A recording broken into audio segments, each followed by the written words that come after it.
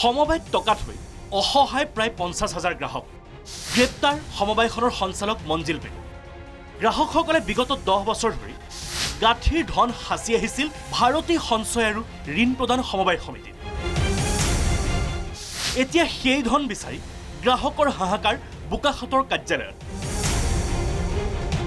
কিয়নো গ্ৰাহকৰ ধন ঘূৰাই দিব নোৱাৰি কিছুদিনৰ পৰা অন্তৰ্ধান হৈছিল সমবায়খনৰ সঞ্চালক মঞ্জিল পেগু যি কথাত ক্ষুভিত হৈ পৰিছিল ধন সঞ্চয় কৰি অহা গ্ৰাহকসকল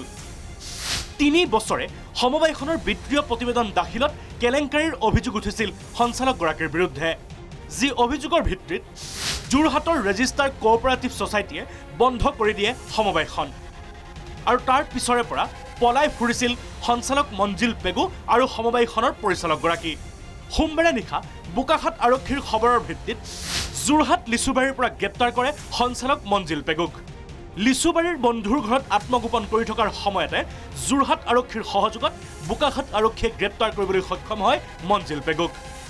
এতিয়াতো পইচাটো নাপালেতো নহ'ব আমি পইচাটো পাবই লাগিব আমি পইচাটো এৰি দিব নোৱাৰোঁ ইমান পইচা মোৰে খুব কম মই যিমানটো শুনিছোঁ মোৰে কমেই আছে নেকি চাগে 80,000 90,000 1 লাখ এনেকৈ বুলি বেংকত পইচা থৈছিলোঁ আপোনাৰ মিচিয়ৰ্ড হোৱা 1 মাহ 14 দিন হ'ল 1 তাৰিখে মিচিয়ৰ্ড হৈছিলে আজি আপোনাৰ 14 তাৰিখ এতিয়া সিহঁতি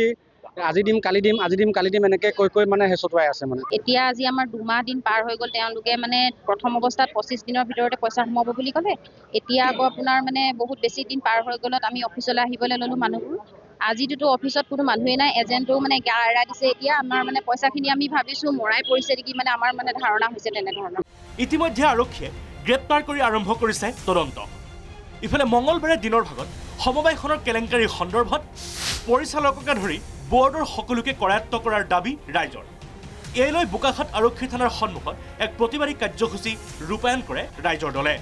বহু টকাৰ বিত্তীয় অনিয়ম কেলেংকাৰী হৈছে যোৱা 3 বছৰৰ সাংঘাতিকভাৱে কেলেংকাৰী হৈছে এইটো আমি জানিব পাৰিছোঁ ইতিমধ্যে আমি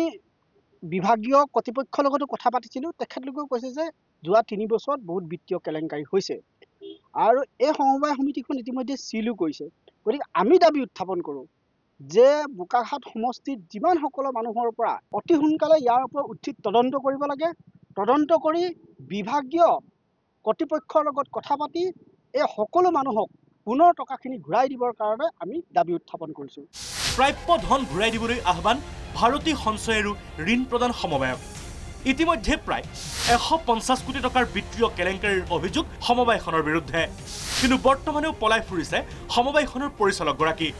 এতিয়া কথা হ'ল বহু সাধাৰণ লোকে নিজৰ গাঁঠিৰ ধন সাঁচি এইসকল বৰমূৰীয়াৰ ডিঙিত যেন আৰি দিলে ধনৰ টোপোলাহে